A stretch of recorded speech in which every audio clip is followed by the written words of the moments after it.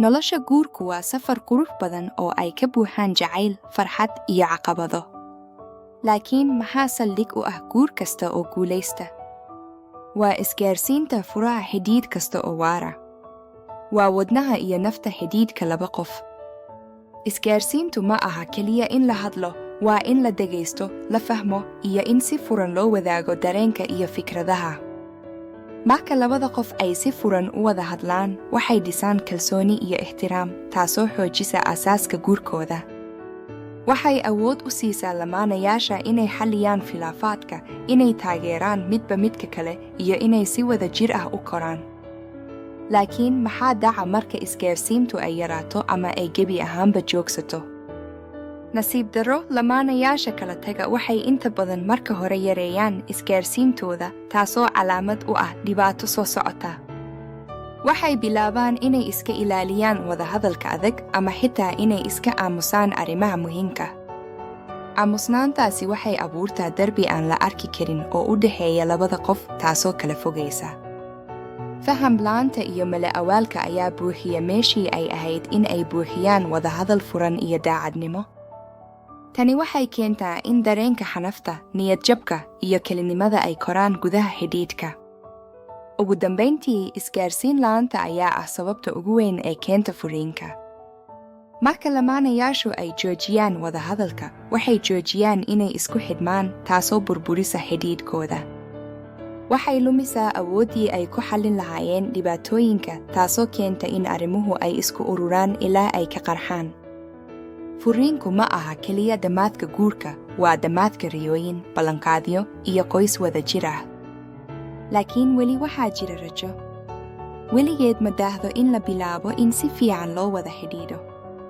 Tallaabada ugu horreysa waa in la aqoonsado muhiimadda isgaarsiinta iyo in la go'aansado in la hagaajiyo. Dhegaysiga firfircoon waa mid muhiim ah. Si dhab ah u dhegayso lamaanahaaga adigoon kala goyn ama xukumin. Isku day inaad fahamto aragtidooda xitaa haddii aadan ku raacsanayn. Si cad u muuji dareenkaaga iyo baahiyahaaga. Ha u malayn in lamaanahaagu u ogaan doono waxa aad u baahan tahay. Isticmaal weedho bilowga aniga si aad u muujiso dareenkaaga adigoon eedayn lamaanahaaga. Tusaale ahaan, waxaan dareemayaa kelinimo marka. Halkii aad ka odhan lahayd weligaa iima joogtid. U samee wakhti gaar ah oo aad ku wada hadashaan, xitaa haddii ay tahay dhowr daqiiqo maalintii. Tani waxay noqon kartaa wakhti aad ku wadaagtaan waxyaabaha yaryar ee maalinta ama aad uga hadashaan arrimaha waaweyn. Xusuusnow, isgaarsiintu waa waddo laba dhinac ah. Labada qofba waa inay dadaal sameeyaan. Marka khilaaf yimaado, diiradda saar xallinta dhibaatada ee ha diiradda saarin cidda saxda ah ama qaldan.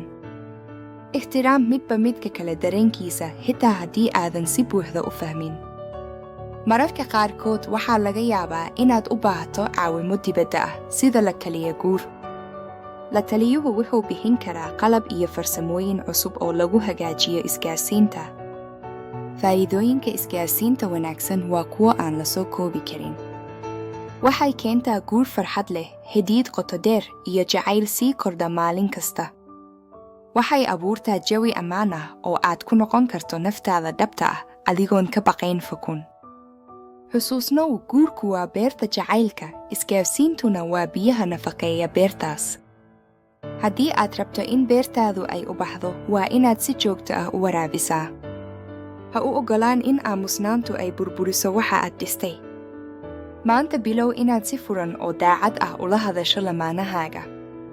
Guurkaagu wuu u qalmaa dadaalkaaga, jacaylkaaguna wuu u qalmaa in la ilaaliyo.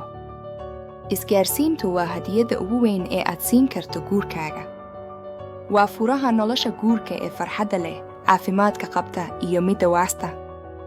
Fadlan wada hadla, dhegaysta oo jacaylkaaga ha oggolaan inuu aamuso.